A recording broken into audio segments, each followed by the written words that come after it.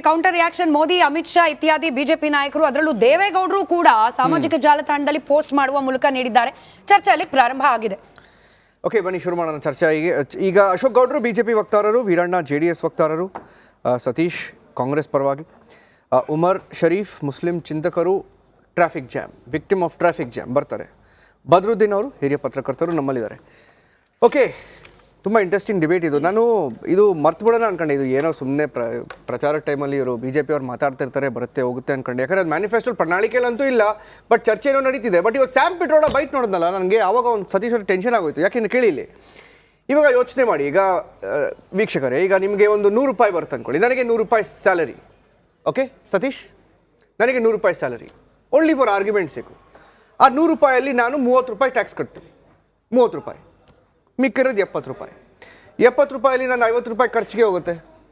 ₹20 only for sake of argument. ₹20 ನನ್ನ ಹತ್ರ ಬಾಕಿ ಮಿಕ್ಕಿದ್ರೆ, ಅಕಸ್ಮಾತ್ ಇವತ್ತು ನಾನು ಸತ್ತೋದ್ರೆ ನಮ್ಮ ಮಕ್ಕಳಿಗೆ ₹20 ಮಿಕ್ಕಿರುತ್ತೆ ಕೊಡೋದಕ್ಕೆ. ಆ ₹20 ನೀವು ಅವರು ಇವ್ರು ಹೇಳೋದು, ಸ್ಯಾಮ್ ಪಿಟ್ರೋಡ ಅವ್ರು ಹೇಳ್ತಾರೆ ಚರ್ಚೆ ಮಾಡಬೇಕು ಇದ್ರ ಬಗ್ಗೆ ಅಂತ. ಅಮೇರಿಕಾಲಿ ಇನ್ಹೆರಿಟೆನ್ಸ್ ಟ್ಯಾಕ್ಸ್ ಅಂತ ಇದೆ ಅಂತ. ಅಂದರೆ 55% ಸರ್ಕಾರ ತಗೊಳ್ತಂತ ಇಲ್ಲಿ ಪಬ್ಲಿಕ್ಗೆ, 45% ಮಾತ್ರ ನಿಮ್ಮ ಮಕ್ಕಳಿಗೆ. ನಾನು ₹100 ನನಗೆ ಸ್ಯಾಲರಿ ಬಂದರೆ ನನಗೆ ಮಿಕ್ಕಿರೋದು ₹20. ₹20 ₹11 ಸರ್ಕಾರಕ್ಕೆ ಕೊಟ್ಬಿಡ್ಬೇಕು. ನಾನು ಟ್ಯಾಕ್ಸು ಕಟ್ತಿದ್ದೀನಿ, ₹11 ಸರ್ಕಾರಕ್ಕೂ ಕೊಡಬೇಕು. ಇನ್ನು ಮಿಕ್ಕಿದ ನನ್ನ ಹತ್ರ ಇರೋದು ₹9. ಬಟ್ ಇದು ಲಾಜಿಕ್ ಇದೆಯಲ್ಲ, ಇದು ಇನ್ಹೆರಿಟೆನ್ಸ್ ಟ್ಯಾಕ್ಸ್ ಅನ್ನೋದು ತುಂಬ ಡೇಂಜರಸ್ ಪ್ರಪೋಸಲ್ ಅನಿಸುತ್ತೆ ನನಗೆ. ಸತೀಶ್ ಅವರೇ ನೋಡಿ, first of all Shyam Pitroda ಅವರ ಹೇಳಿಕೆಗೂ ಕಾಂಗ್ರೆಸ್ ಪಕ್ಷಕ್ಕೂ ಸಂಬಂಧವೇ ಇಲ್ಲ. ಯಾಕಂತಂದರೆ ಇಸ್ ವೆರಿ ಕ್ಲಿಯರ್. ಅವರೇ ಹೇಳಿದ್ದಾರೆ, ಇಸ್ ಮೈ ಒಪಿನಿಯನ್, ನನ್ನ ಒಂದು ಅಭಿಪ್ರಾಯ ಅನ್ನುವಂಥದ್ದನ್ನು ಫಸ್ಟ್ ಕ್ಲಿಯರಾಗಿ ಹೇಳ್ಬಿಟ್ಟಿದ್ದಾರೆ. ಆಫ್ಟರ್ ದಟ್ ಇಡೀ ಕಾಂಗ್ರೆಸ್ ಪಾರ್ಟಿ ಮತ್ತು ಕಾಂಗ್ರೆಸ್ನ ವಕ್ತಾರರು ಎಲ್ಲರೂ ಕೂಡ ಒಂದು ಪತ್ರಿಕಾ ಹೇಳಿಕೆಯನ್ನು ಬಿಡುಗಡೆ ಮಾಡಿದ್ದಾರೆ. ಶ್ಯಾಮ್ ಪಿತ್ರೋಡ ಅವರ ಹೇಳಿಕೆಗೂ ನಮ್ಮ ಪಕ್ಷಕ್ಕೂ ಸಂಬಂಧ ಇಲ್ಲ ಅನ್ನುವಂಥದ್ದು ಇಸ್ ಕ್ಲಿಯರ್. ಅದನ್ನು ಮೀರಿಯೂ ಕೂಡ ಅವ್ರ ಆಫೀಸ್ ಬೇರೆ. Yes, correct. ಒಬ್ರು ಖಂಡಿತ ಶ್ಯಾಮ್ ಪಿತ್ರೋಡ ಅವರ ಈ ತರದ ಹೇಳಿಕೆಗಳು ಮತ್ತೆ ಈ ತರದ ಸಲಹೆಗಳು, ಅಭಿಪ್ರಾಯಗಳು ಈ ಹಿಂದೆಯೂ ಕೂಡ ಸಾಕಷ್ಟು ಚರ್ಚೆಗಳಲ್ಲಿ ನಡೆದಿದೆ.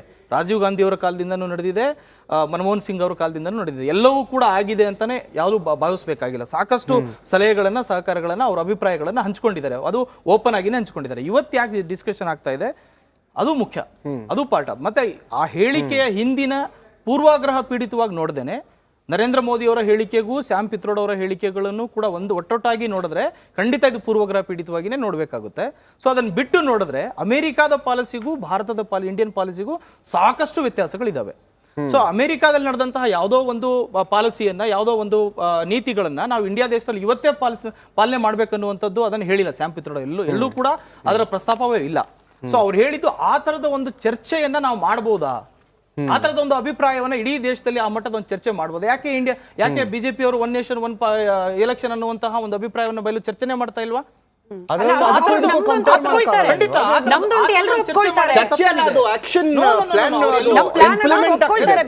ನಾವು ಯಾಕೆ ಅಭಿಪ್ರಾಯಗಳನ್ನ, ಯಾಕೆ ಚರ್ಚೆಗಳನ್ನ ಮಾಡಬಾರ್ದು ಅನ್ನುವಂತಹ ಒಂದು ಅಭಿಪ್ರಾಯವನ್ನು ಹೇಳಿದ್ದಾರೆ. ಯಾಕಂದ್ರೆ ಇಂಡಿಯಾ ಡೆಮಾಕ್ರಸಿ ಕಂಟ್ರಿ, ಎಲ್ರಿಗೂ ಅವರವರ ಅಭಿಪ್ರಾಯಗಳನ್ನು ಹೇಳಕ್ಕೆ ಅವಕಾಶಗಳಿದಾವೆ.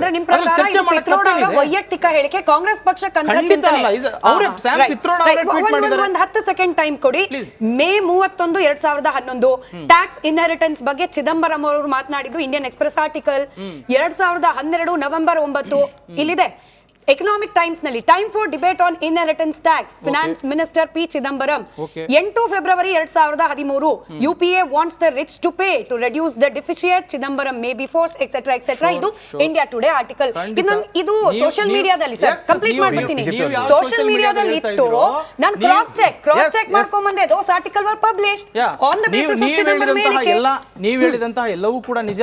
ಅಟ್ ದ ಸೇಮ್ ಟೈಮ್ ಬಿಜೆಪಿಯು ಕೂಡ ವಾಜಪೇಯಿ ಅವರ ಕಾಲದಿಂದಲೂ ಕೂಡ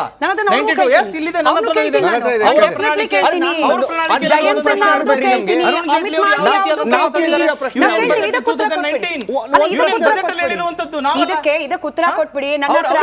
ನನ್ನ ಹತ್ರ ಜಯಂತ್ ಸಿನ್ಹಾ ಅವರ ಮಾತು ಇದೆ, ಅಮಿತ್ ಮಾಳವಿಯಾ ಅವರ ರೀಟ್ವೀಟು ಇದೆ, ಅದನ್ನ ನಾನು ಅವ್ರಿಗೆ ಕೇಳ್ತೀನಿ. ನೀವು ಇದಕ್ಕೆ ಉತ್ತರ ಕೊಟ್ಬಿಡಿ. ಜಯಂತ್ ಸಿನ್ಹಾ ಅವರು ಕೂಡ ಇದನ್ನ ಮಾತಾಡಿದ್ದಾರೆ. ಇದಕ್ಕೆ ಉತ್ತರ ಕೊಡಿ ಸರ್. ಬಿಜೆಪಿ ಅವರು ಸ್ಟ್ಯಾಂಡ್ ಕೂಡ ಅದೇ ಅಲ್ವಾ? ಮ್ಯಾನಿಫೆಸ್ಟೋದಲ್ಲಿ ಬಿಜೆಪಿ ಅವರು ಹೇಳಿದ್ದೇನು 92 ಅಲ್ಲಿ ಹೇಳಿದ್ದೇನು ಹೇಳಿ, ಇಲ್ಲ ನಮ್ಮ ಹತ್ರನೂ ಇದೆ. ಅವರು ಮ್ಯಾನಿಫೆಸ್ಟೋದಲ್ಲಿ ಹೇಳಿರುವಂತದ್ದು ಮಾರ್ಕೆಟ್ ಇನ್ಶೋರ್ ಗ್ರೋತ್. ಕೇಳಿ ಅವ್ರನ್ನ ಕೇಳಿ. ಓಕೆ ಗೌಡ್ರೆ, ಅವರ ಮ್ಯಾನಿಫೆಸ್ಟೋ ಅಲ್ಲಿ ಇರುವಂತದ್ದು ಅಶೋಕ್ 92 ಮತ್ತೆ ಅಶೋಕ್ 94 6 ಅಲ್ಲಿ ಅಶೋಕ್ ಗೌಡ್ರೆ ಜಯಂತ್ ಸಿನ್ಹಾಗೆ ಟಿಕೆಟ್ ಸಿಗ್ಲಿಲ್ಲ ಈ ಸಲ. ಜಯಂತ್ ಸಿನ್ಹಾ ಆಗ ಜೂನಿಯರ್ ಮಿನಿಸ್ಟರ್ ಫೈನಾನ್ಸ್ ಮಿನಿಸ್ಟ್ರಿಯಲ್ಲಿ ಪಬ್ಲಿಕ್ಲಿ ಹೇಳಿದರು ನನಗೆ ಇದು ಇನ್ಹೆರಿಟೆನ್ಸ್ ಟ್ಯಾಕ್ಸ್ ಸ್ಯಾಮ್ ಪಿಟ್ರೋಡ ಹೇಳಿದಾರೋ ಅದ್ರ ಬಗ್ಗೆ ಅವರು ಚರ್ಚೆ ಮಾಡಿದ್ರು. ಓಹೋ, Amit Malviya IT cell chief, ನಿಮ್ಮ IT ಸೆಲ್ ಚೀಫ್ ರೀಟ್ವೀಟ್ ಮಾಡಿ ಅದನ್ನು ಹೇಳಿರೋದು, I am all for Jayant Sinha's idea to tax inheritance wealth. ಅಂದರೆ ಇವತ್ತು ಸ್ಯಾಮ್ ಪಿಟ್ರೋಡ ಅವ್ರು ಏನು ಹೇಳಿದಾರೋ, ಪ್ರಧಾನ ಮಂತ್ರಿ ಅವ್ರು ಏನು ಅಷ್ಟು ಮಾತಾಡ್ತಿದ್ದಾರೋ, ನೀವು ಏನು ಡಿಬೇಟ್ ಮಾಡೋಕ್ಕಿದ್ದೀರೋ ಆ ಸಬ್ಜೆಕ್ಟು ನಿಮ್ಮವರೇ ಹೇಳಿದರು. ಅಮಿತ್ ಮಾಲ್ವಿಯಾ ಅವರೇ ಟ್ವೀಟ್ ಮಾಡಿ, ಓಕೆ ಅಮಿತ್ ಮಾಲ್ವಿಯಾ ಬಿಡಿ, ಅರುಣ್ ಜೇಟ್ಲಿ ಅವರು, ದ ಗ್ರೇಟ್ ಅರುಣ್ ಜೇಟ್ಲಿ ಅವರು ಕೂಡ ಹೇಳಿದರು ಇನ್ಹೆರಿಟೆನ್ಸ್ ಟ್ಯಾಕ್ಸ್ ಬಗ್ಗೆ ಮಾತಾಡಬೇಕು. ಹಾಸ್ಪಿಟಲ್ಸ್ ಕರೆಕ್ಟ್, ಅವ್ರು ಏನು ಹೇಳಿದ್ರು ಅಂದರೆ ಆಸ್ಪತ್ರೆಗಳು saying hospitals and universities in develop countries received large endowments due to factors like inheritance tax. ಅಂದರೆ ಆಸ್ಪತ್ರೆಗಳು, ಯೂನಿವರ್ಸಿಟಿಗಳು, ಕಾಲೇಜ್ಗಳು ಈ ಡೆವಲಪ್ ಕಂಟ್ರೀಸಲ್ಲಿ ಅದು ಡೆವಲಪ್ ಆಗಿರೋದೇ ಇನ್ಹೆರಿಟೆನ್ಸ್ ಟ್ಯಾಕ್ಸ್ ಅಂತ. ಯಾರಪ್ಪ ಇದು? ಅರುಣ್ ಜೇಟ್ಲಿ. ಯಾರಪ್ಪ ಅದು? ಜಯಂತ್ ಸಿನ್ಹಾ. ಇದ್ಯಾರಪ್ಪ? ಅಮಿತ್ ಮಾಲ್ವಿಯಾ. ಯಾವ ಪಾರ್ಟಿಯಲ್ಲಿದ್ದಾರೆ ಇವತ್ತು ಎಲ್ಲರೂ? ಯಾವ ಪಾರ್ಟಿಯವರು ಸರ್?